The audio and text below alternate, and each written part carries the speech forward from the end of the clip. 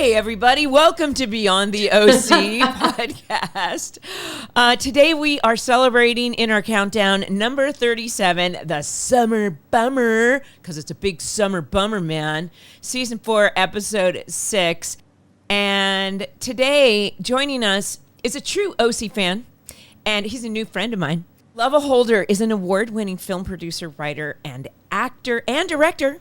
He produced the feature films Peak Season, Midday Black Midnight Blue, The End of Us, Working Men, Some Freaks, and Loserville, which he also directed. He recently completed production on the feature film adaptation of the play Lavender Men, which he directed, co-wrote, and produced. His debut novel, The Book of Luke, will be published by Grand Central Publishing in hardcover and audiobook in fall of 2025. That's exciting.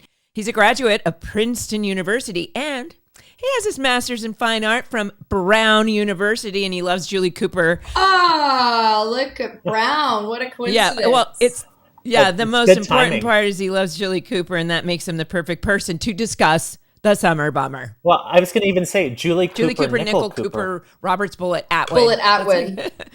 Although she didn't actually get married to everyone, but I thought it's so funny. So Lovell and I met. Actually, I auditioned for a film of his, and he sent me this.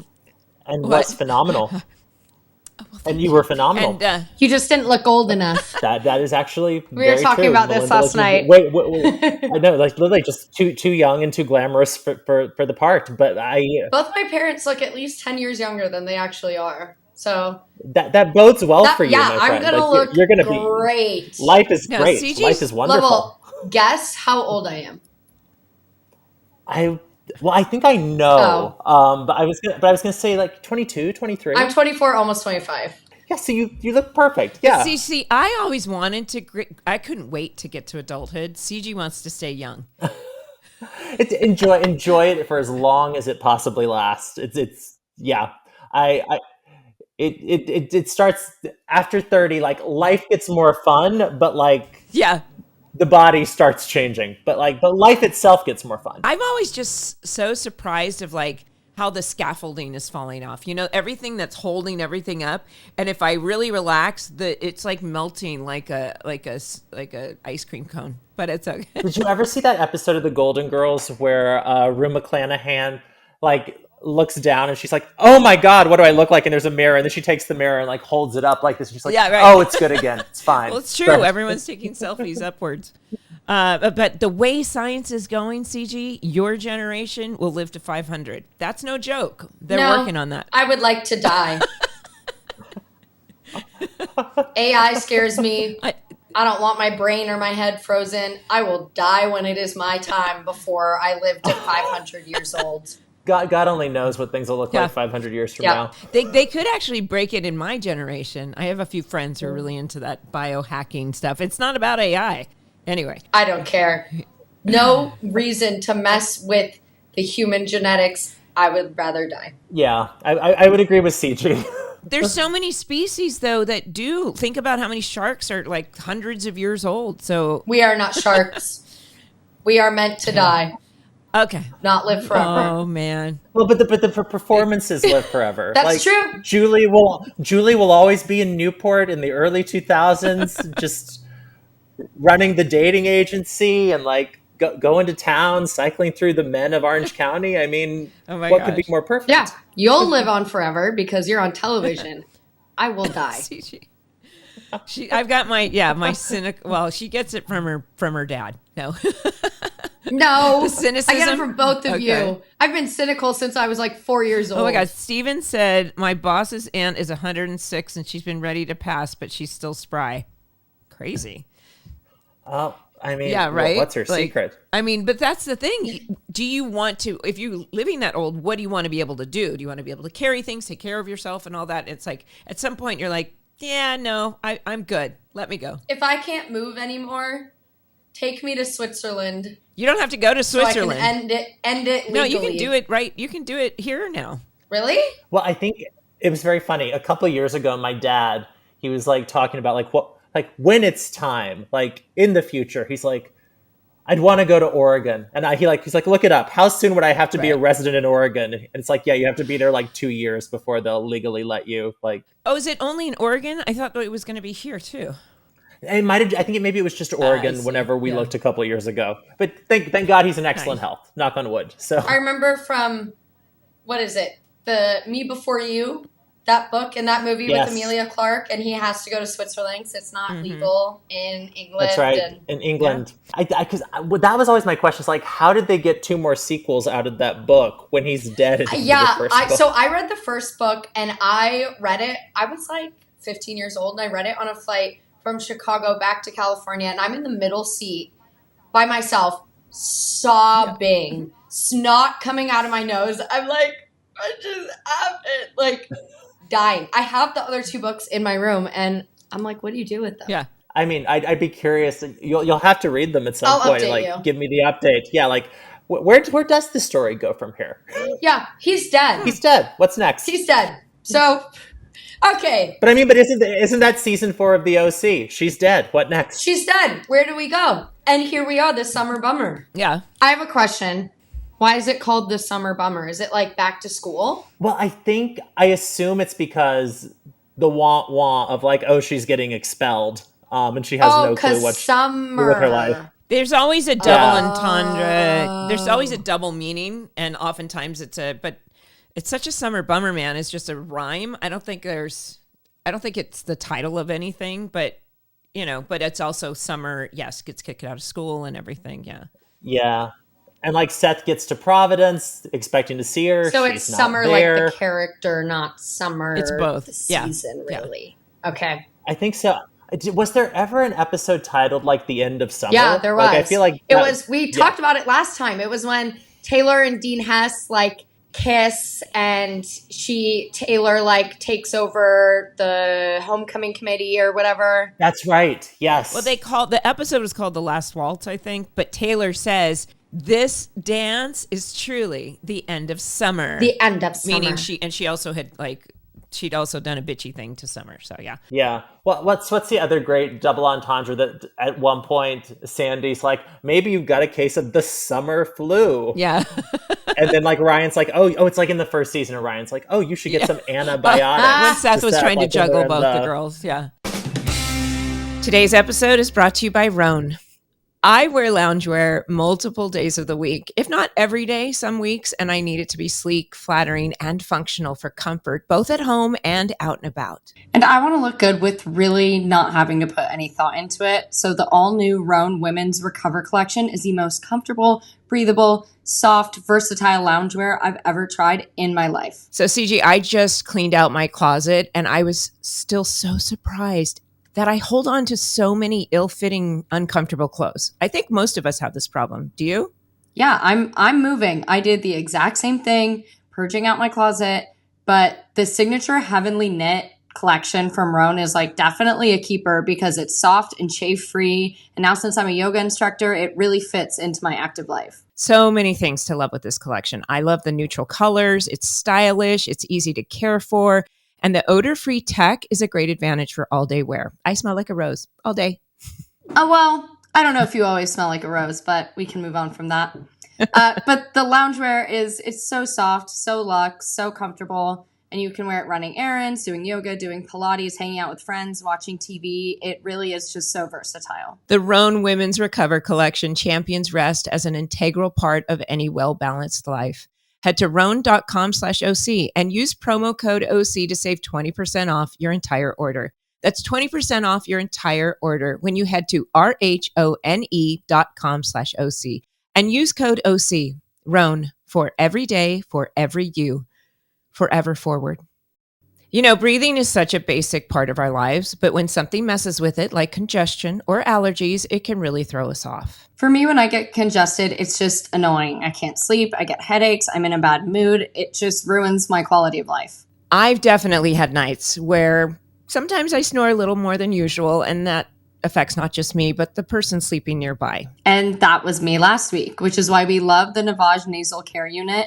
It makes breathing so much easier and has become a part of both of our daily routines. Navage uses smooth saline flow and gentle patented nasal suction to clear nasal passages. Plus, it's drug-free and uses 99.9% pure saline salt pods with no medicinal side effects.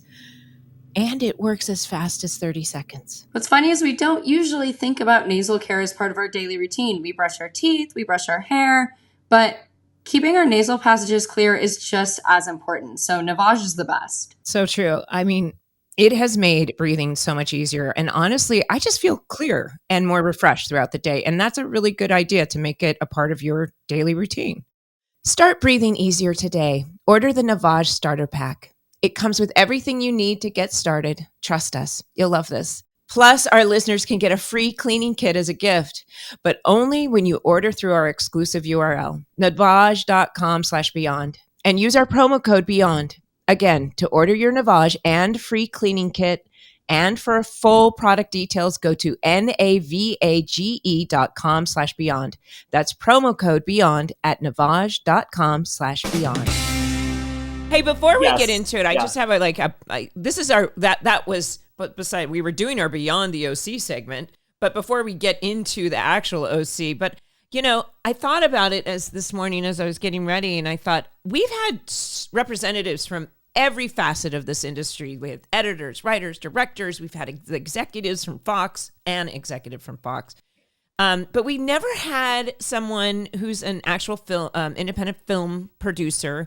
And I'm just curious, like, what does it take to get an independent film off the ground nowadays? It's a big question, I guess. Oh, gosh. I mean, right? Yeah. I would say even now in 2024, my answer would be slightly different than it would have been in 2022 before the strikes or even before 2020 with the pandemic. So it's very much the definition of a moving target. But I would say the chief thing, first and foremost, is a team of committed, passionate people who all believe in the story. And at least in my experience with the projects that I've done, every single bit of financing has always come from someone who had a vested interest in either the key filmmaker or the story that was being told. So I would say, I at least always tell people if they're investing in independent film, you need to be fully comfortable, like looking at it as something where even if you never see a dime back, the sheer fact that the story is out there existing in the world is enough for you. Just because at this stage in the game, between distributors, sales agents, all the different people who inevitably become a part of the pyramid between the movie getting made and it being distributed, a lot of people start like dipping their cups into the waterfall. And so it can take a long time for a movie to make it fully back in this day and age. So I think commitment and passion for the story would be my number one answer for what an independent film requires in this day and age. Who's investing in, I mean, obviously somebody writes a script and they're a filmmaker, they film whatever they might be, and they get it circulated, or they're pitching it, or who's actually investing in independent films nowadays? Are they just wealthy individuals, or are they people who, you know, I know it's runs a gamut. I think it's inevitably people who do have some disposable income, but also I think people who have been in other industries and are curious about how the entertainment industry works and kind of want to dip a toe in, are also like in the case of like Loserville, one of the first films that I did, bullying was a big through line in that story. And so that some of the investors who had no ties to the team were very interested in like getting a story out there about bullying. They felt strongly about that cause. And sometimes like inevitably, like the biggest help is always being able to call in favors. Like with Peak Season, the movie I produced that just recently came out, we shot the bulk of the film in Jackson Hole, Wyoming. And so much of that was possible because Henry, our co-director and co-writer, his families lived there for much of the last 20 years. And so we got access to things that we never would have gotten access to if we did not have a local footprint and tie. And like the $20 million house that you see in that film, we got for free because it was a family friend of Henry's, or just the sheer fact that because it was such a small crew, like shooting within the national parks there, you're only allowed to bring in a crew of 5 people. And one of the sequences in the film involves a 10-mile hike up to this gorgeous lake at the top of the Tetons and 10 miles back. And there's no way we could ever have shot any of that if we had a full, like, 50 to 100 person film crew. It literally had to be the version where two actors are two co-directors with their own cameras and one other member of the producing team running sound, and like that was the only way that it would have ever been captured. And so inevitably there's also like you have to find what's free inevitably and call in as many favors as you can with any project. Yes, and I recommend Some Freaks and you were just talking about Peak Season. I've watched both of those. Yeah. But you're so sweet. But also Thank you have a short film that you shot just down the street from where I live on Solomar Beach. Yeah. Yeah, no, it is. And it's so weird. That short, very near and dear to my heart, but we shot it in almost 5 years ago now. It was like right after the Thomas fire. And this platform in the UK asked if they could throw it up there, and like in the last like 2 weeks since it's gone up, it's had like 200,000 people watch it, which is baffling to me with the short film like reaching that far into the world. But it's out there on YouTube. It's a fun little watch, like some great actors. But yeah, you say hello. Yeah, very proud of that one too, and totally free. Everything else you have to pay for. You Say Hello's out there for free.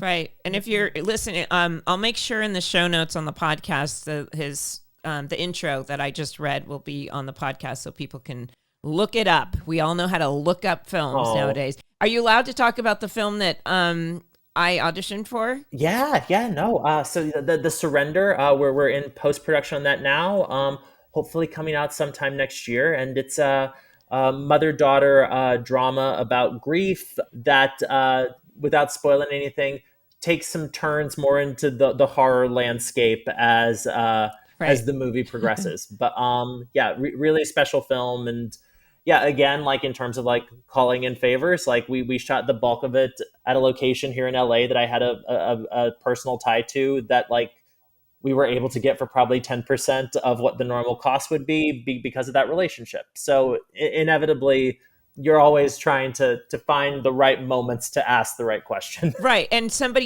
you're being a talented producer. It's not just, being a producer has so many things that I'm fascinated with. But the fact that you just said you were able to shoot in LA for less than where you were originally going to shoot outside gives us hope, because so much of LA, people feel like our industry is disappearing and that there's not tax breaks and incentives and things like that. But there are some, right? Yeah. No, well, I mean, they do make it very challenging to shoot in LA, unless you have very deep pockets. But it was really refreshing because we were shooting largely at a public garden that I'm very involved with, and Descanso Gardens. If you're in LA, please go visit. It's a beautiful place to visit. But it was so interesting having the guests at the gardens when they were walking through. So many people were always saying it's so great. They were so grateful to see film happening in LA, especially after the strikes and the pandemic and everything. Like they were like, no, we like seeing film crews up and around. And so it was like, yes, right. And tell your congressional rep about that. Right, and tell your congressional rep you want to make it easier. Take it for granted that this was the only place since since the advent of Hollywood. But it's easy because yes, we do have great weather and we have talented pool of people here. But the studios are going outside, building studios elsewhere, and it's definitely global now. The land of tax credits. It's and then it's so funny too how it can be so mercurial. Like growing up in North Carolina, because like I was in NC watching the OC when I was in high school, and I remember like when I was a kid, so much was filming in Wilmington. Like Dawson's Creek was there, and then One Tree Hill, and then they changed what the tax credit was and basically made it so that it was so unattractive compared to the one that was in Georgia. And so then all of a sudden everything moved down there, and like North Carolina, I think there was so much remorse there because like they lost out on Marvel, because like Marvel would otherwise have probably been in North Carolina as opposed to Atlanta. And that would have been hundreds of millions of dollars. Yeah. There's so much in Atlanta right now. or Yeah. like the surrounding areas around Atlanta. And I don't think there's a lot of states that would opt into like the tax credits, and then they feel like, oh, we've established an industry here. We don't want to give a tax credit anymore. And the studios go, well, we'll go somewhere else. Yeah. But the film itself, the actual bringing a project to a community, you're going to be giving revenue to dry cleaners, restaurants, bakeries, babysitters, Hotels, airfare. Yeah, Hotel, 100%. I mean, it was very funny. Midday Black, Midnight Blue, the movie we shot in Washington State a couple years ago, the film office actually used our film as a case study to establish a bigger tax incentive for shooting in rural communities, because they were able to prove that like our movie like single-handedly like increased the revenue on Whidbey Island where we shot by like a double-digit percentage for like that summer. It stimulates the economy big time. Yeah. So when we have like a strike or a pandemic or production not picking back up in Los Angeles, we're like a coal mining town. The mine has shut down and it's affecting everything. It trickles on down. So it's interesting. I will even say, I mean, I don't know if y'all felt this the same way last year, but to me, when the strike shut everything down last year, the town felt weirder than it felt during COVID. Like even just like going into the Starbucks that I go to like to write and do that, because I'm such a coffee shop writer, like going in there, like the employees at Starbucks would say, no, like it feels different. Like our numbers are down just because people, I don't know RuPaul personally, but I've heard in so many interviews RuPaul say LA is a company town, and it really is. Like you change one part of the entertainment industry and there are so many ripples, like real estate, restaurants, everything, like everything gets affected. Was it the Starbucks by CBS Studios in Studio City? No, it's the one over by Warner Brothers. I used to work at that one. I used to work at that one. So I mean, I've definitely been in that one. That was my first job. I mean, a great one to be at. Yeah, I would see so many people with the CBS badges, and they're like working on Big Brother, which is my favorite show. I'm like, what can you tell me?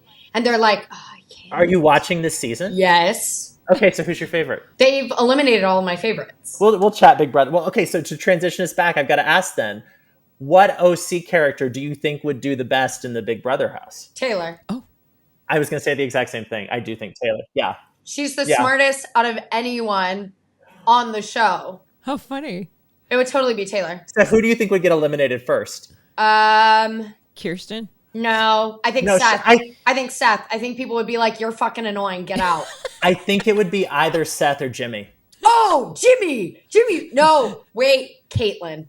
Caitlin is gone. She would rub people the wrong way right away. It's not Julie? No, I think Julie's like the hot MILF that like the young guys want to keep around. Julie and Kirsten are both at least going to Final Four. There's no question. Yeah. Oh, I think it's Julie, Kirsten, Taylor, and Summer in Final Four. I would throw Ryan into Final Four over Summer, maybe. Okay. Because I think he would do well with the comps. But I think then he's a threat. Someone else wins, they put him up. He's that's a why threat. That's why I think he goes out at 4. What about Luke? I think everyone would love like puppy dog Luke. Luke would win the whole thing. Luke would win. Luke and Taylor would be final 2.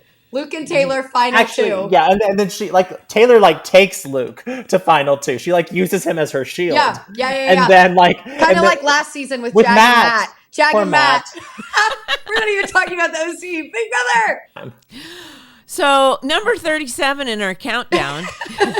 We just got so sidetracked. That's like okay. 2 minutes. It's what we're doing. I wrote an OC adjacent. I wrote Lovell, and I'm like, hey, you're confirmed to discuss this episode and anything else we want. So here we go. Big Brother.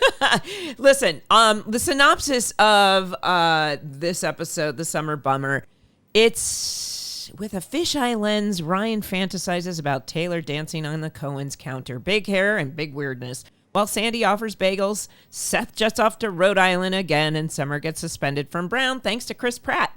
Caitlin tries to dominate Harbor's social scene, while Ryan continues his 80s fantasies of Taylor, who overshares about being a lip biter. Seth shoves Chris Pratt into a pool, Caitlin finds out her crush is gay, and Julie and Kirsten accidentally start a gigolo business. Ryan and Taylor make out in a closet, Seth delays college, and Summer's got a new rabbit/pancakes. Just Newport being Newport. There you go. That's a fantastic summary of that episode. Yeah. I was like, there's a lot in there. So I was like, I got to write this real quick. Yeah. Well, it is so funny you called out the fisheye lens, because one of the things that I really noticed in the episode that I was so curious, and I meant to go look it up, but I didn't, was if this was a different director, because I felt like there was so much direct to camera. It was from Michael multiple Lang. characters. Okay. So he was one of our resident directors. The last podcast, we had Michael Lang on, and I listened. Did you listen? Oh, I'm sure I listened to the episode then. Yeah. Yeah. So we said, like, what happened? Why are you doing this? And this is, so first of all, literally, when you watch some of these episodes, this is actually one of my favorite episodes. This episode, I was giggling and It's kicking great. my feet. Well, it's a delight. Season because 4. I think, yeah. Yeah. I mean, and Melinda, you and I have talked about this, and I know there's parts of the world that really disagree with this statement. I think the smartest thing they did for that show was killing off Marissa. Like, as much as I loved Misha Barton as an actor, I think it just energized so much. And like, I think it made Ryan so much more interesting. I think it made Julie so interesting. I think it made Caitlin so interesting. I think it was just a reshuffling of the deck in a way that like, had the show continued going on, I think it, like, I think there's something so kind of poignant and poetic and beautiful about Julie's character, especially, that kind of like by the end, both Ryan and Summer, the two children who were closest to her daughter, are now kind of becoming her own surrogate children in a way, when there's been such a change from when, like, Julie and Ryan in season 1, where there's just so much hostility. And like, by the end of it, with just the way the show's looking to go, with how it's ending with Frank and everything, it's like, yeah, he's basically going to be like a son to her, like, one way or another. Today's episode is sponsored by Acorns. CG, there are times when I wish I was still your age. Do you know why? Well, I bet one of the reasons is that you'd be more interested in investing your money at my age. Exactly.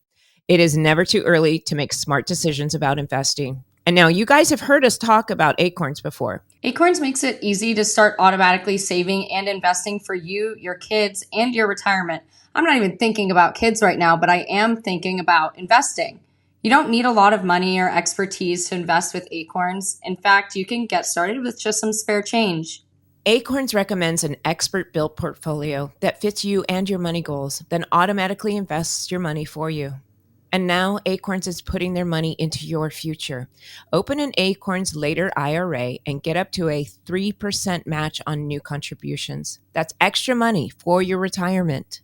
I'm so glad that you pushed me to start investing at an early age, because I'm really setting myself up for the future. And it's never too late to start. Even at my age or any age, small steps today can have a huge impact on your future. From Acorns, mighty oaks do grow. Grow your oak. Head to acorns.com/OC or download the Acorns app to start saving and investing for your future today. Paid non-client endorsement. Compensation provides incentive to positively promote Acorns. Investing involves risk. Acorns Advisors, LLC, and SEC registered investment advisor. View important disclosures at acorns.com/OC.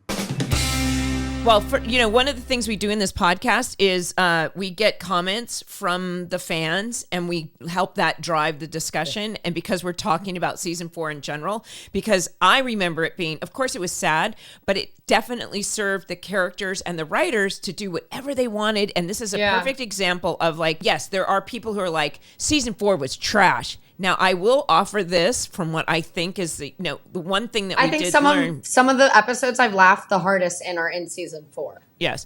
And one of the things that we understood is that the 16-year-old girls who were in love with Marissa when she was killed off were like, it's too painful for me to watch without her. I remember you saying that on the podcast with Rachel. Yeah. Right. And Lovell's listened to the podcast too, so he's a true fan. But there was a number of little comments here that I had to share with. It says Maria Lice, but I don't know if that's how you say it. Maria Lice 86 on YouTube. Season 4 is so funny, and Ryan and Taylor are adorable.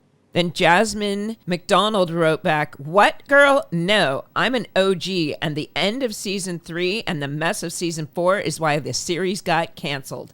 I thought, no, it's not. But Christy Evenson said no episode is any good after Marissa, which I understand for some people. But like I said, I think it's teenagers. not necessarily, and people who actually have gone back and watched it later on without maybe divorcing themselves from the emotion of Marissa, you can see it for what it is, and it's actually really good entertainment. Oh, without question. I mean, I think I told you that, like, one of my best friends, Gillian, who's like one of the smartest people that I know, season 4 is her favorite season, but she had not watched the OC until the pandemic. And like, I'd recommend, I was like, oh, you should go check out the OC. I think you would love it. And she was like, talk about ending on the best season. She's like, I hate that it ended, but she was like, for me, what it did with like the bittersweetness of it all. Yeah. She was just like, it was kind of just this perfect cocktail by the end. Season 4 was so wild and out of pocket. And I think because Josh and Stephanie knew the show was ending, they were like, let's just do whatever the hell we want. Let's make it really funny, really wacky. And I won't say it's my favorite season, but it's like the funniest season.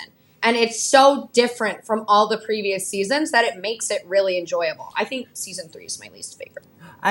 Because I hate Johnny. I would agree with you that season 3 is the one that I identify with the least. I will, Lovell, have you listened to our other episodes of this podcast? Not recently, no. I hate Johnny. I talk about it in every single episode. Whiny little baby. It's kind of the thing where it's like, I also think about like on Friday Night Lights, like sometimes there's just a character where, God bless the actor, there's nothing they can do. The character's just a whiner. Mwah. And like, he played Johnny amazing. Yeah. Like, I'm very good at separating actors from characters. I mean, come on. I'm separating my mom from a woman who makes out with 18-year-olds. Like, I think Luke was even younger than 18, wasn't he? No, they made it very specific to say he was 18, so it was not technically So if illegal. everyone else was 16, somehow he was 18 because at the last minute they made us put that line in. Oh, okay. To make sure it was legal. Well, I was also going to say, not to change the gears, is this the first time this episode that we actually see water polo played on the OC? Okay. It's a difficult sport, and it was at my high school growing up. Oh my God. They had it at my high school, too. And it was like the guys who did water polo had the broadest shoulders. Yeah. And were just like, cool. And their bodies were naked. They had no hair. No hair on their entire body. To be aerodynamic in the water. Yeah. No, one of my friends in college was on the water polo team, and like growing up in the South, at least at that time, there was no water polo. Like when I watched the OC, like starting my junior year of high school, I was like, is this a thing? Yes. Like, is this a sport? And then when I got to college in New Jersey, and it was like, there was actually a water polo team, and I saw it for the first time, and I was like, oh, this is interesting. I see what it demands. Like, that's a deep pool. It's lots of treading of water. Treading water for like an hour? Uh-huh. The water polo team at my school, they were the hot guys, and the hot soccer team and the water polo. Ours was soccer. Yeah, my school was definitely football. Totally. The hot guys did football. Really? Yeah. Totally. Maybe it was basketball too. But I was thinking about it recently. I was talking with this totally off topic, not even on the OC. But I was thinking about some of the guys who were like 2 years older than me, a year older than me. Some of them I got to make out with, super fun, and like the hottest guys in school. She's shaking her head. One of them I made out with at your house, Mom, when I threw a party, which I wanted to comment about with Caitlin's party. I think you must now. I think you must. Her face. Anyways, but like, why was I so obsessed? Like looking back in high school, I'm like, my type is so different. There you go. They were not. Like, looking at them now, I'm like, I would not be interested in them. When I've gone back and looked at my high school yearbook since, I actually have the opposite experience. Like, oh my God, we were all so beautiful. It's like, you don't realize at the time because you're just so immune to each other. You're around each other all the time. Like, I look back at like, because I went to the same school from when I was 4 until I graduated with like the same 120 kids. And so like, by the end of it, we were all just like siblings who like knew everything about each other. And so you're not even really thinking about anybody in that way. Like, I mean, I don't think anyone in my class, like maybe 2 or 3 people actually dated someone else in the class. And like everybody dated people in other grades. Like that was just like, you went elsewhere. And it was just like looking back, I was like, oh, objectively, just beautiful people, just stunningly attractive. Well, I think we do tend to think of, youth. Youth is so pretty, and somehow society says that youth, I am a perfect example and believer of the one thing I have the power to do is change my perspective. And you have to be like that. If you're a vain fucking actress in Hollywood, you better start going, oh, I love that line. I love that jowl. I love that. You know? Like, because if we just accept what Hollywood says is the standard of beauty, then it's so boring. It's so boring if everyone wants to look and be like the same each other. But anyway, I do think in this episode, since we're talking about that, I think in the last episode we were talking with Michael Lang, we were saying that it was really nice that Caitlin came in and we had a little high school energy because Ben and Adam, Ben really does look like a grown man in his late 20s in this episode, not just out of high school. And it's really great to have some of these younger people and these actors. Well, I want to talk about the Caitlin storyline a little bit. Oh, okay. So she is so funny in this episode. Was she your favorite in this episode? I really liked Ryan in this episode too, but he's funny in this episode. He's so funny in this episode. Ben McKenzie is hysterical. Yeah, he's like that in real life. He's really funny, but I will say I think Caitlin was my favorite in this episode because it just like reminded me of high school. Like, no, I wasn't the one who smoked weed behind the bleachers, but like her being like, you mind if I go light up a spliff like by the bleachers? Like if you guys want to come join. And then she's like throwing this party because she wants to be cool. And I'll tell my high school party story. The high school party that could have been. Because I was there. Was that the one that I was there? No, you weren't there. You were not there. You remember this story incorrectly. Okay. Every time I tell it. You and Adam were out of town. And I was staying at my dad's house, which was an apartment like 6 blocks away. This was the only time I ever threw a party. I don't know what you're thinking of. When you were on the roof? Oh, that was just me sitting on the roof with my friend. Okay. That was just like me wanting to go on the roof because it was cool. Okay. That wasn't a party. That was somebody just me and my friend that. having a sleepover. I had neighbors who like reported things. Okay. No, you're getting ahead of yourself, okay, ma'am. Go for it. Ma'am. So my mom and my stepdad are out of town. I'm staying with my dad who lives like 6-7 blocks away. And I tell him like, I'm going to a movie with my friends and I'm going to go sleep over at my friend Athena's house. And so remember this. He drops me off at the Arc Light in the Valley.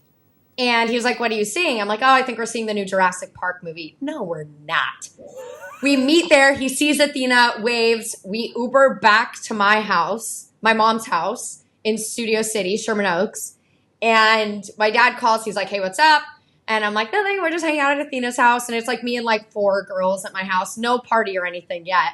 And he's like, so how was the movie? And I'm like, it was fine. He goes, what was your favorite part? And I was like, and I come up with some bullshit. I was like, going to say, the T-Rex. When the dinosaur, I don't know. Was he suspicious? Yeah.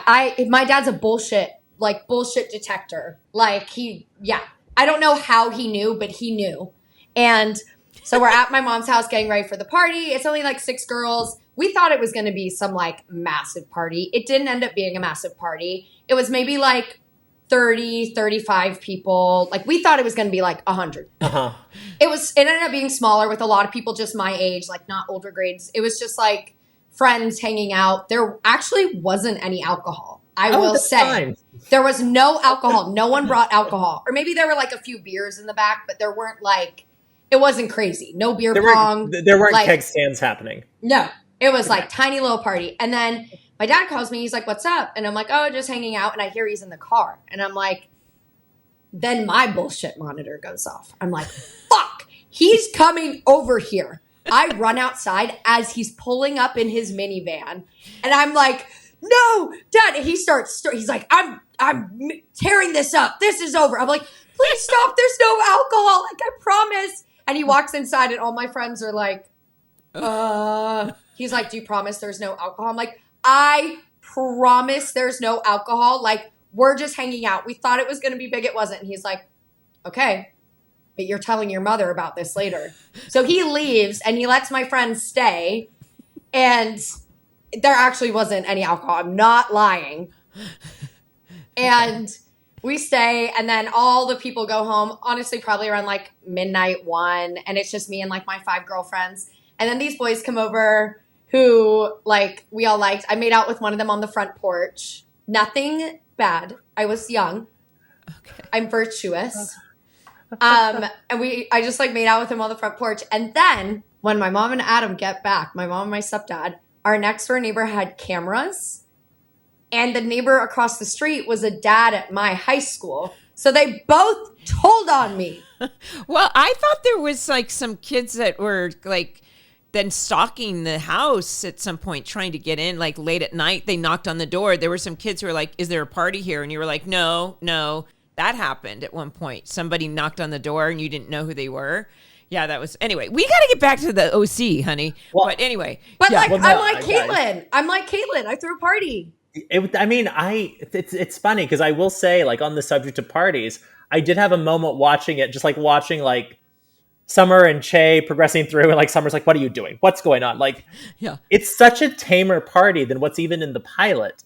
Like, and it's like in terms of like the arc of like really feeling like the characters are so much older now that like they were doing crazier stuff in episode 1, and now they're walking through being like, what's going on? This is just crazy. They were overdosing in Tijuana. Yeah. Well, you Let's know, be Rachel, real here. Carried know, through alleys. it's an Carried through interesting alleys thing. and TJ. I said to when I met Rachel and we would go out and such, and Rachel actually said we did so much stuff in high school that now in our earlier 20s we're just like mellow.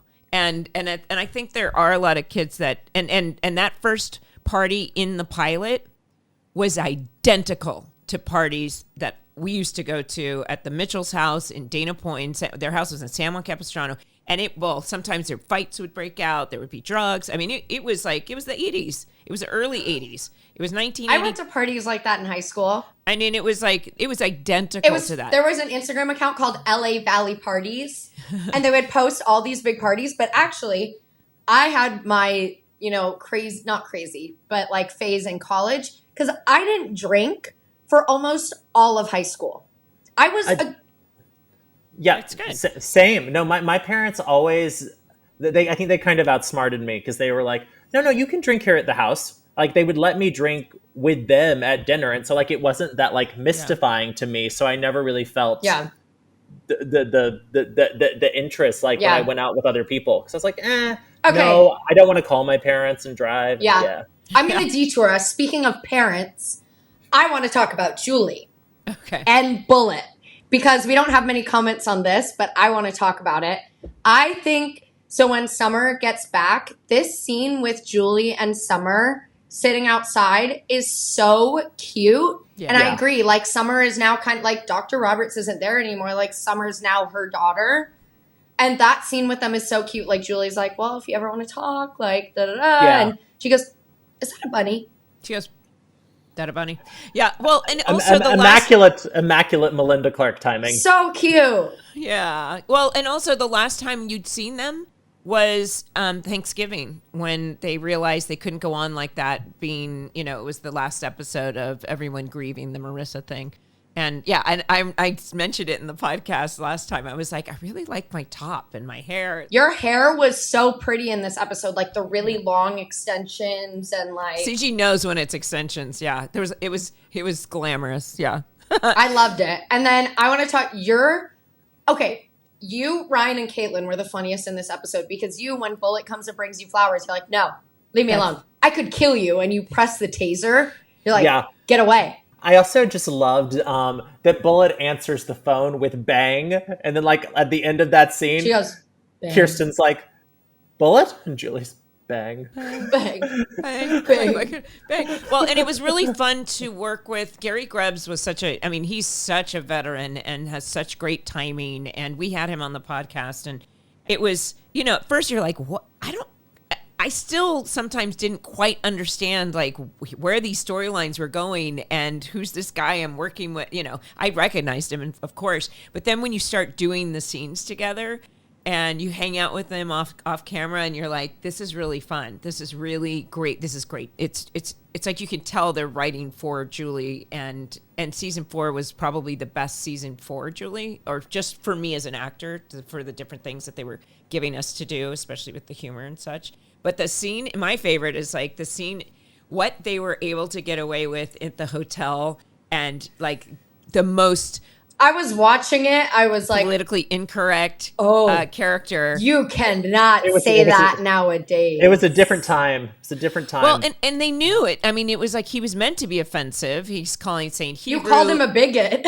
Yeah. And even Julie's like, oh my God. And well, I mean, it was wonderful seeing Julie call him out, because I think that's also, you see so much of Julie's character growth as well, because I think the Julie of season 1 who goes after Caleb Nickel, like, she would be all over Bullitt because she knows what the bank account looks like. But what ultimately makes her gravitate toward him as a human being is actually that for all of his bluster, he's actually quite kind. And I mean, I think that's a testament to, it's Gary, right? Gary Grubbs? Gary Grubbs, yeah. Yeah, it's a testament to his performance. Yeah. But I think it speaks so highly of Julie that, like, yeah, there's another rich guy, but he's not a rich asshole. She's been through her. She had to go live in the trailer park to realize she doesn't need all of those things that she was pursuing for so many years. The gold digger in her is never going to go away, probably, because she loves her gold. Well, she's mindful of money. She's certainly mindful. Yeah, she doesn't feel the need to fake a relationship with someone to get that money anymore. No, and then she ends up saying, I don't need either one of you guys at the end in season 4 of Frank and Bullitt. So, but let's go back to, like, the thing that I had the most response from on this episode when I post clearly is the Ryan the and opening Taylor scene. Yeah, in the opening scene we did see, so Jay the real deal seal on Instagram said, this was indeed weird. Look at that lens. Felt like Malcolm in the Middle. You know what it felt like? It reminded me to me it was, do you remember David Lee Roth did California Girls, and the video, you guys are too young, but it's like a Where's Waldo kind of, and Michael Lang said in the last podcast that this is what he wanted to do.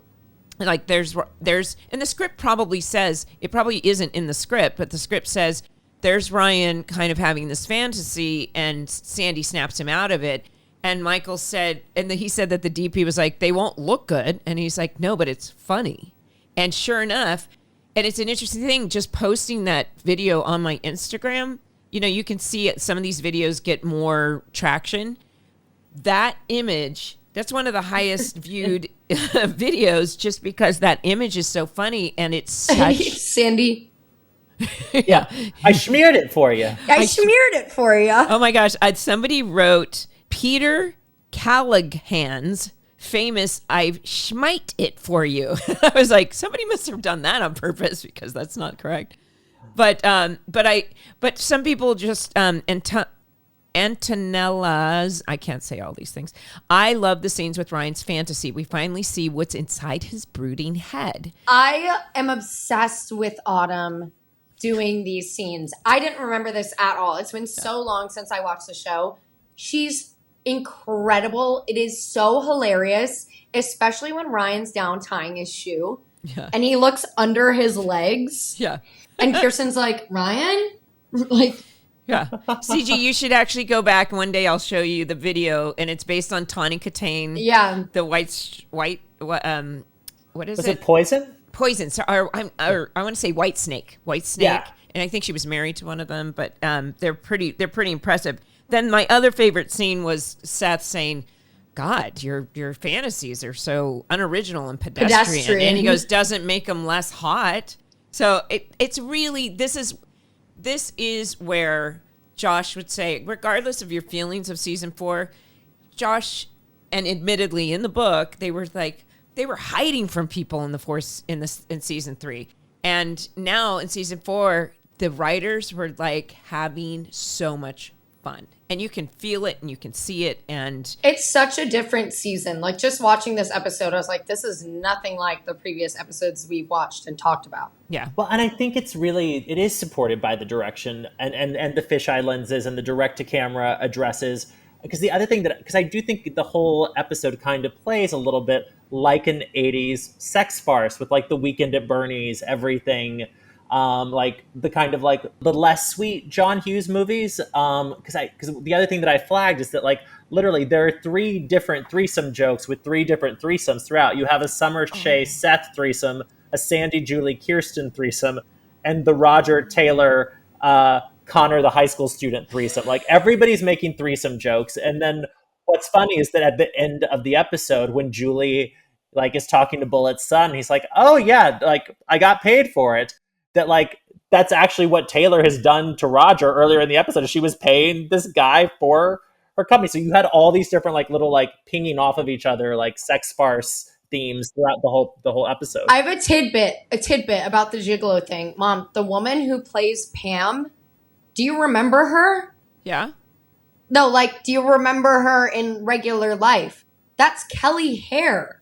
She was a mother of Peyton at my dance studio, right. And then she coached the JV song team at my high school, my sophomore, junior, and senior year. She was never my coach, and I was watching that. I was like, I know this woman. I've known that woman since I was a child. You guys were never like besties, but you know who that is. Oh my God, I didn't even I wasn't putting those together because she's been around. She'd been around, I thought, from the first season, I thought, as a Noopsie. I don't remember. Maybe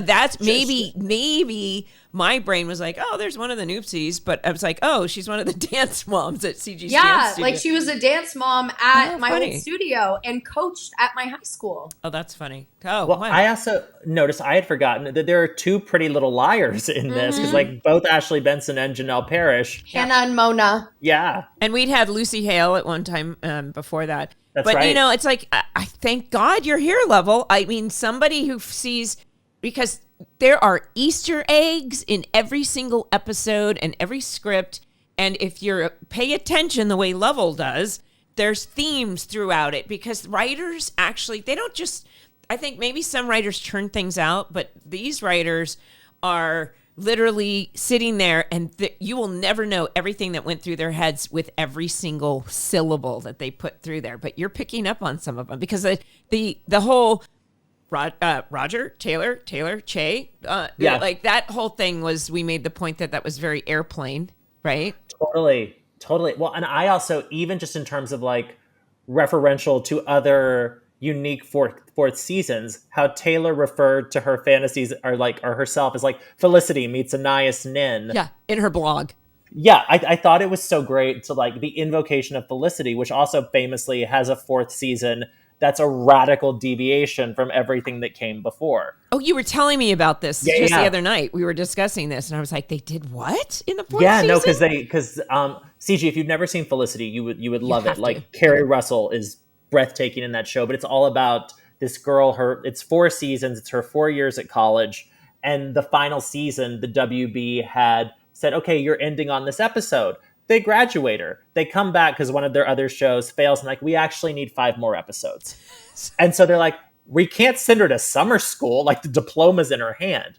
So they do this whole time travel thing where her roommate had been Wiccan through the whole show. And so they do this thing where the roommate does a spell that finally works, and Felicity gets thrown back into earlier in college and has to relive a lot of her stuff. And she willfully makes a different decision, like, because the whole love triangle of the show was like Ben or Noel. And she'd chosen Ben in life. And she goes, in this version, she chooses Noel. And the final 5 episodes like follow what would have happened if she had gone down that path. That's so cool. Yeah, I love that.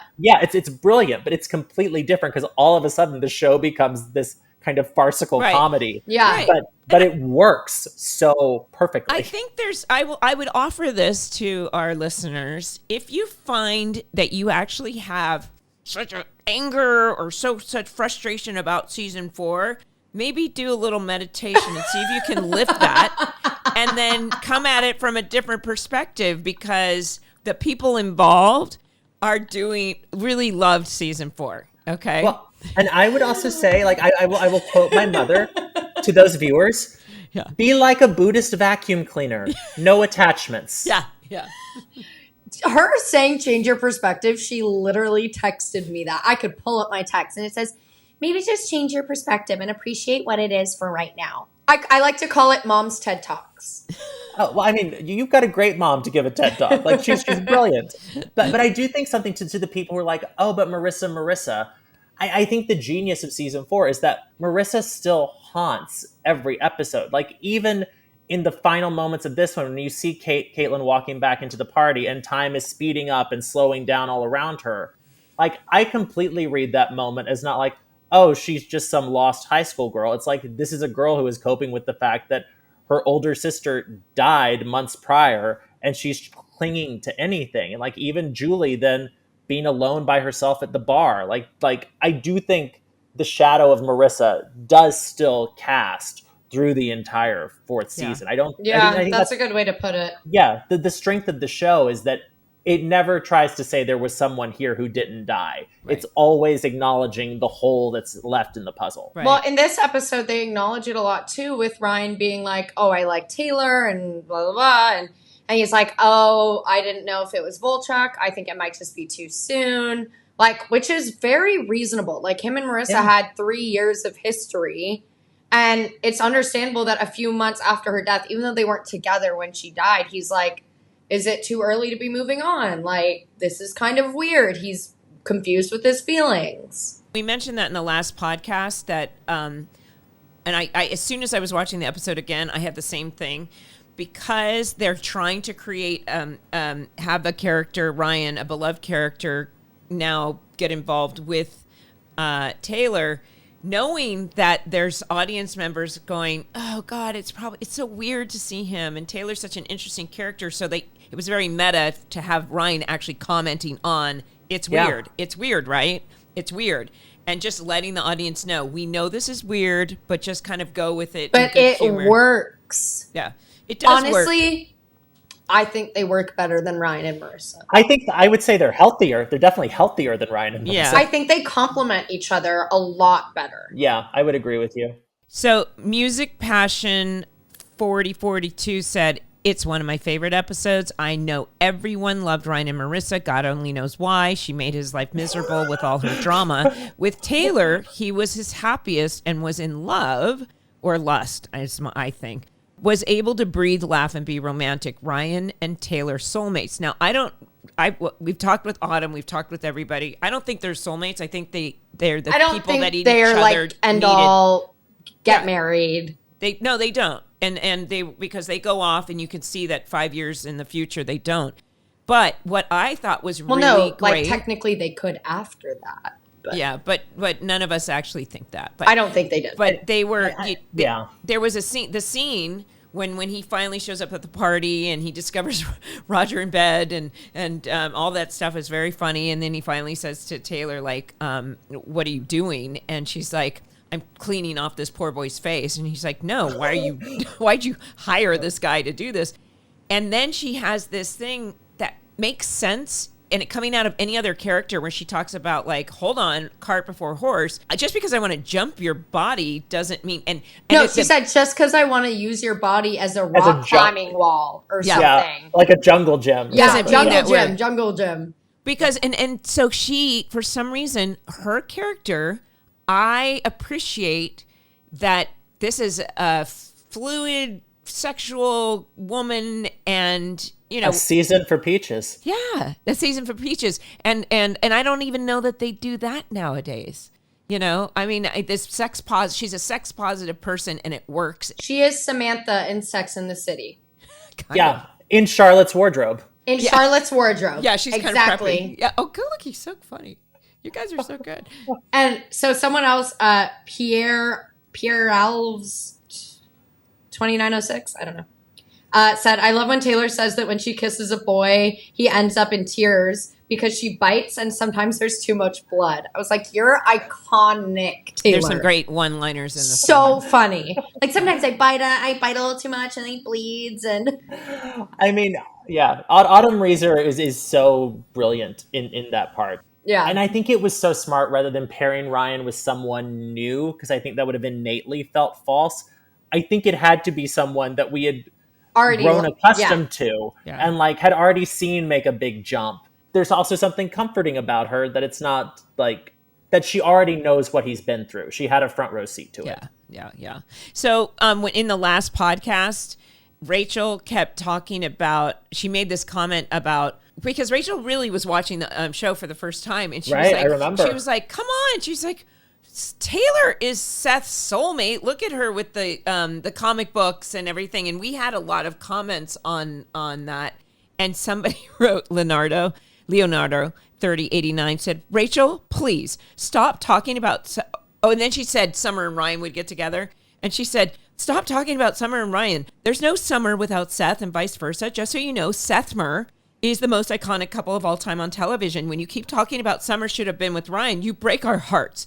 Thank God the series ended up with Seth and Summer together. Forever Endgame. Please. Like, really. People get so emotional about they television. Get very, very protective. I mean, I think to me, the only couple that genuinely ever truly felt sacred was Sandy and Kirsten. Like, they were the only one where, like, whenever those pillars got adjusted, it'd be like, oh. Yeah, no, right? Whenever, No. well, I don't know. Rebecca. Rebecca coming back and then her with the writer.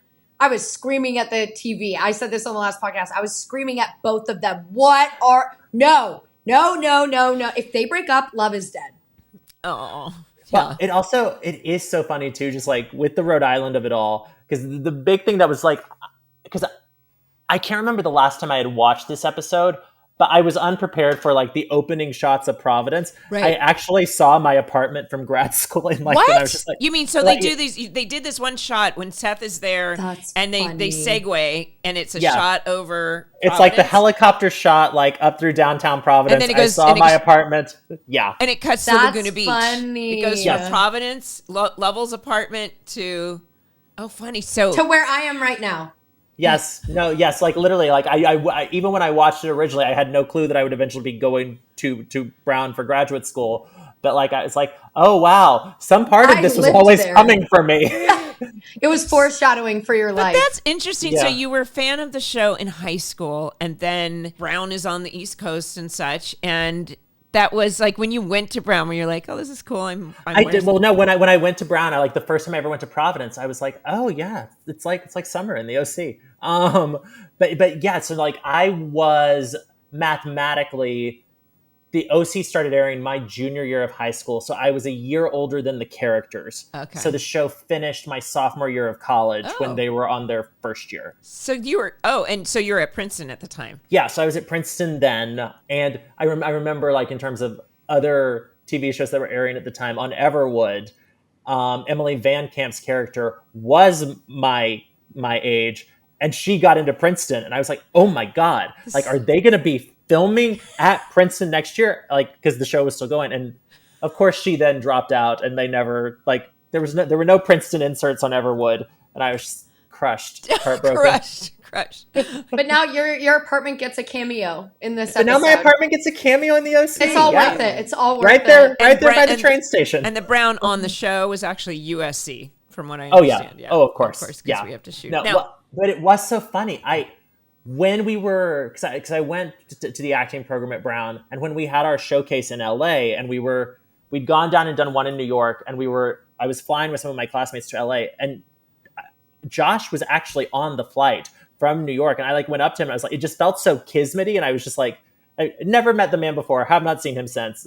I just wanted to let you know, I love the OC so much. I'm actually at Brown now. I'm going to LA for the second time in my life, and just like, I've definitely been thinking about the OC as I'm finishing up in Providence before I go to Southern California. And he couldn't have been nicer. It was so sweet. Yeah. But yeah, it was very funny to like think of like how Providence and Brown I do associate that so much whenever I go back and watch the OC. Oh, that's funny. So, yeah. No, and Josh is from Rhode Island. He's from Providence. Yeah. Well, it's College Hill. I think it's College Hill Pictures, his production company. College Hill is where Brown is in Providence. Mm-hmm. Oh. Yeah. Okay, well, speaking of Brown, I want to talk about Chris Pratt. Summer and Shay. Yeah, so... Winchester, I should say. I forgot about that. Isn't that a great reveal, though, after all that? You think he's kind of like based on Che Guevara, and it's not. It's like his daddy owns factories and land, pharmaceutical land. His little butler chauffeur is like, your father's G4 is ready to go on the tarmac. Yeah. Like, this poser. He's such a poser. It's so funny. Then this might be a hot take. I apologize. Shay is my least favorite character in all of the OC. Yeah.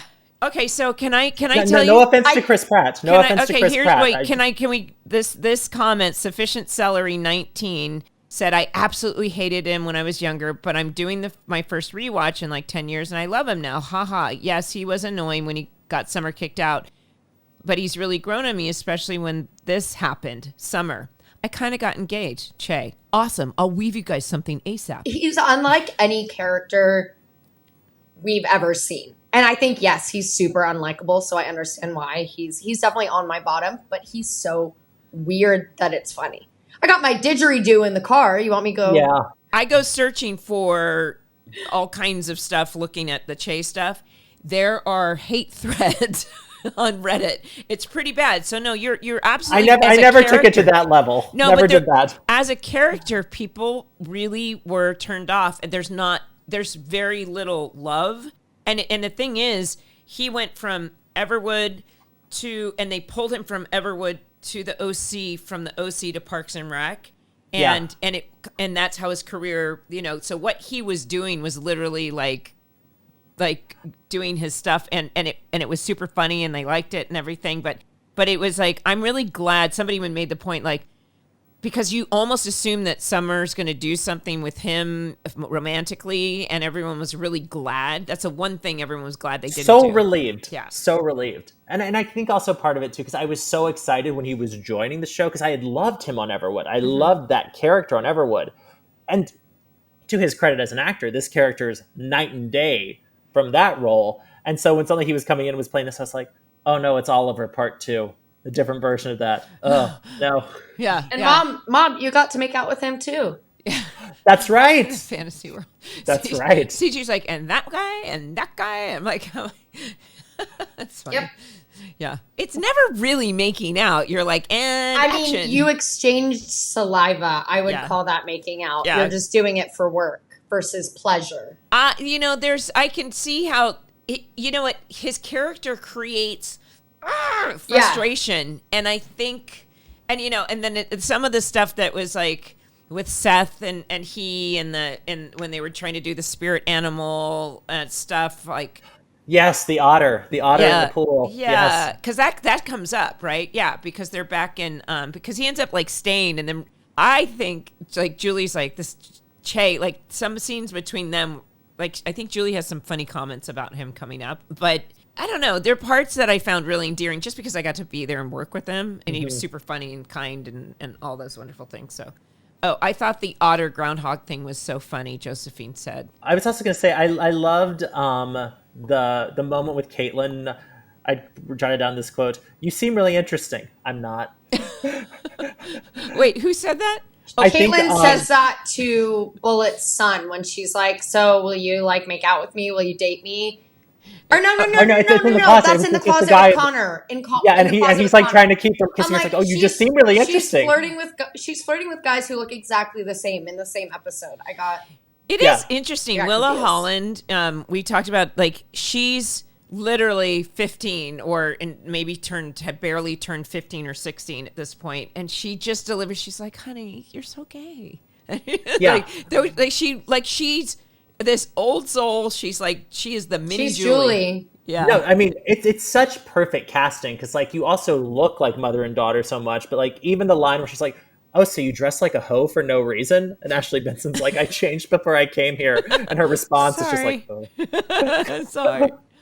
Oh, man. Let's see. What else do we have going on in this episode? Anything else you want to talk Lovell, about? any other favorite moments from this episode we didn't talk about? I think we got we pretty touched much on most everything. of mine. I can co-sign Seth's statement about the Providence Place Mall is the largest carpeted mall in America. Yeah. But there's not much else in Providence to do, so that is a correct statement. So all of the comments on, like, all of the discussion with Seth on the phone and talking about, that literally is Josh, right?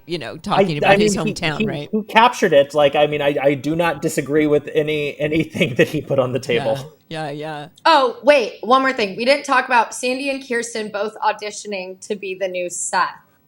So funny. It's cute. Yes. Yeah. They're both hilarious, and you guys talked about this on the last podcast, but I know Peter was loving when he had to be like, okay, I'm just going to go back to my room and read some comic books and listen to some emo rock music.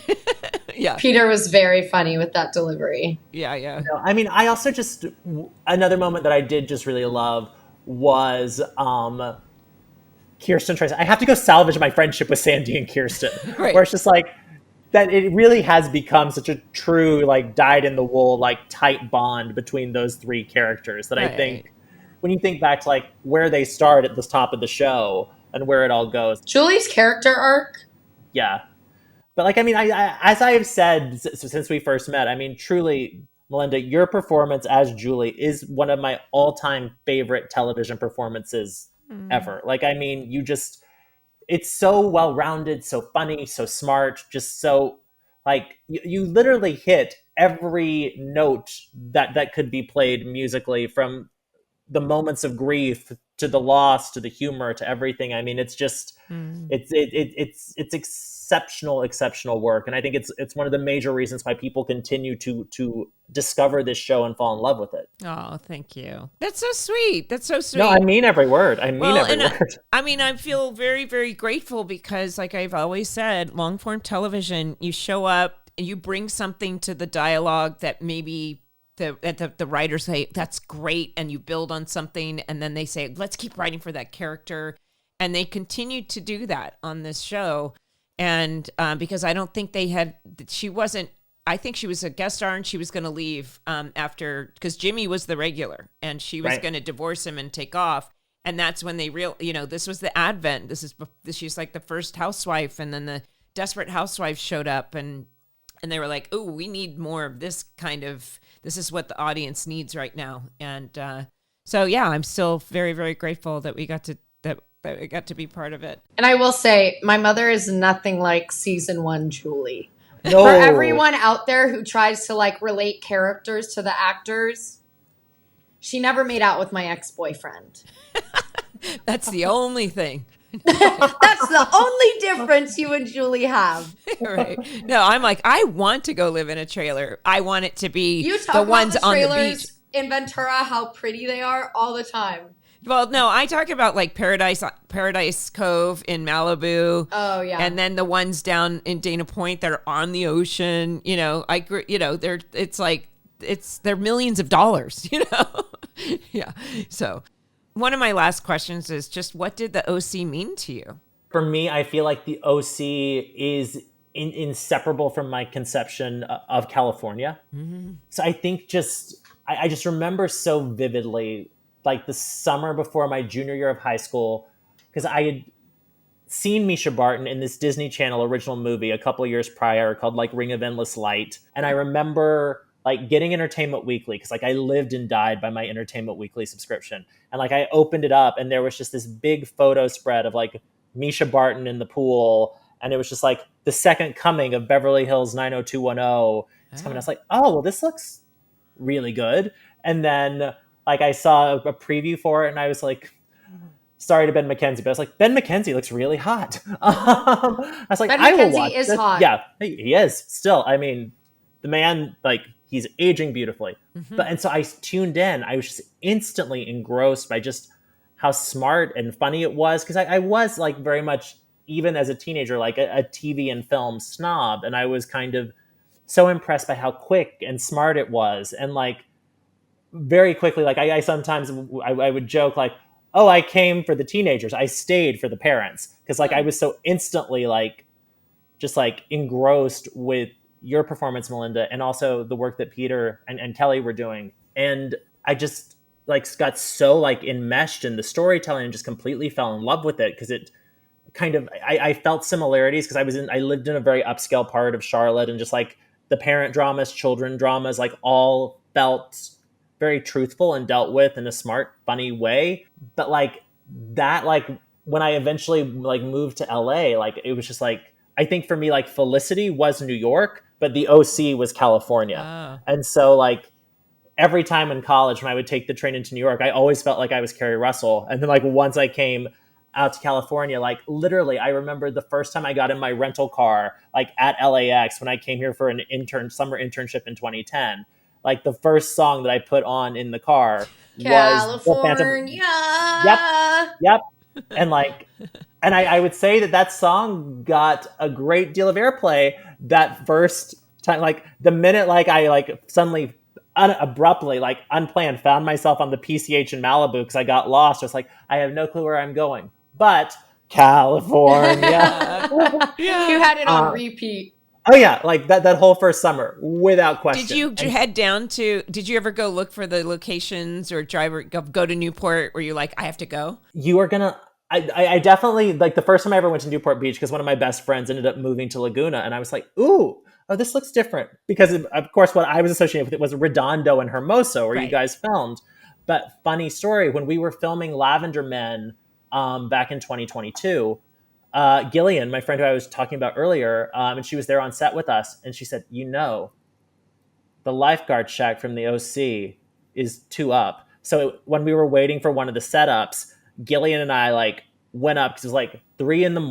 Like we were shooting on like the Bear Beach, and like we went up, just she and I, and did like a full like little like 3-minute photo shoot at that lifeguard thing. She's like, I researched the number. She's like, I wanted to make sure we went to the right one. Oh my God. Poor Marissa's going, don't leave me, Dad. And he's like, this is how I know how to be a good dad. I got to go to Hawaii. It's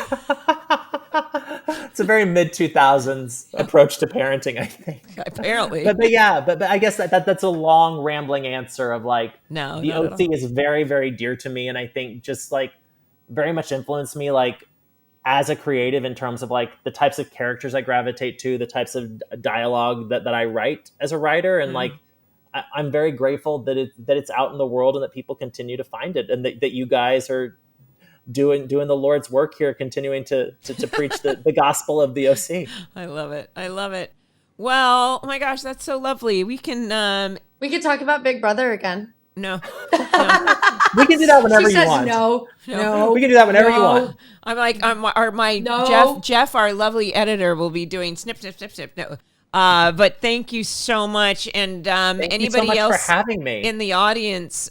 Tiara showed up. Season 3 was heavy, but it had some of the best writing and acting from the entire cast, in my opinion. I hear where everyone's coming from, and CG is so real. Good on your dad, CG, Steven said. Josephine said, this is the CG podcast now. It's always been the CG podcast. Taylor and Ryan are better, agreed. Well, they already toyed with the idea of a female Seth and Anno, so why that wouldn't work. So I think Taylor and Seth would have been too similar. Good point. Oh, I think it would have ended in a murder-suicide. Unclear who would be doing what. Oh, man. Taylor would be doing the murdering. Yeah. Most likely, yes. Oh. Well, and Tiara said, hey, everyone, fantastic interview. Thank you, Tiara. Thank you. Yeah, this has been really fun. When I have some other episodes, I'm going to have to, since your analyzation is quite incisive. I could talk about the OC anytime. I will come running. Like, okay. Who knows? Depending on what other reality show is airing at the time, CG and I can do a detour into that too. Steven saying CG grew on me during Bye Bitches. Did you not like me before? Well, that's how... Oh, grew. Yeah, like, did you start not liking me at the beginning? Oh, man. I'm going to leave this... Discussion for another time, Steven. I'm going to leave one comment that I thought was really interesting, and I don't know if anybody agrees, but this person said, Joe Borozko said, after almost 20 years, once this project is over, I will finally let the OC go. Time to move on. We will never move on from the OC. And who knows? We will never officially be beyond the OC. The OC is ingrained in society. I was to say maybe the reboot starts up by then. Maybe, God willing, the reboot comes around. Cast me as Sandy and Kirsten's daughter. I would totally buy you as the little. Oh my! I told this to Josh, and so now that you're blonde, I was trying to get CG. When they did Little Sophie Cohen grown up. And I was like, why didn't you use CG? Because it would have been 5 years. And he was like, oh my God, I didn't even think about that. And I was like, damn it. But I did see somebody posted that Ben McKenzie said a month ago or something that he would be willing to pass the torch on to an OC reboot. Like, because I think people get asked that all the time, and I have a feeling like, what do you think about a reboot? And he's like, I think it would be pass the torch to the next generation, you know. You can pass the torch and show up for 3 episodes. Exactly. And like that's fine. Yeah. Yeah, like I don't need everyone there all the time. Like I want to go back to Newport. Pop in like, a couple times. Yeah. Yeah, like come in, get a cup of coffee, like head back to the Have a architecture schmear. Catch side. up with Sandy and Kirsten while they're parenting their new young child. Yeah. They're grown now. They're all grown. Well, still young, like high school. Yeah. No, Sophie would be But Mom, we're I get not it. talking logistically in years. Yeah, we can't If do there that. was a reboot, they would be in high school. What would be fun if like Sophie was like the age of like Kirsten's sister, and like Seth and Summer now have their kid who's like and so like pair them up, turn them loose, like Yeah. yeah. No, it's called the Cohens because Summer is Mrs. Cohen now. Oh yeah. I feel Let's like call she Brody. would have, Let's call Brody up right she would have now. hyphenated. She would have hyphenated. I think she would be Summer Roberts Cohen. Roberts Cohen, Julie I Cooper, agree. Nicole Cooper, Roberts Cohen. Oh my God, this has been so much fun. Thank you all so much for listening. you. Please be sure to check my Instagram stories and posts at the Melinda Clark for what episode we're covering next. Will it be one of your favorites?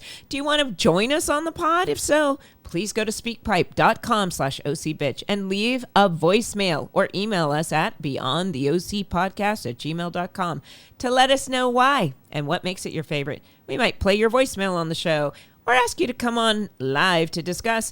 If you'd like to watch the podcast, check it out on the Beyond the OC YouTube channel. You can leave comments there too. And if you want to be a part of the conversation, you can join our Patreon to get episodes early and ad-free and be a part of our monthly Zoom Q&As. And join us every other week. But next episode is number 36 in the countdown, Season 3, Episode 2, The Shape of Things to Come. And that being said, everyone, what are we saying? Bye, bitches. Bye, bitches. Thanks for coming.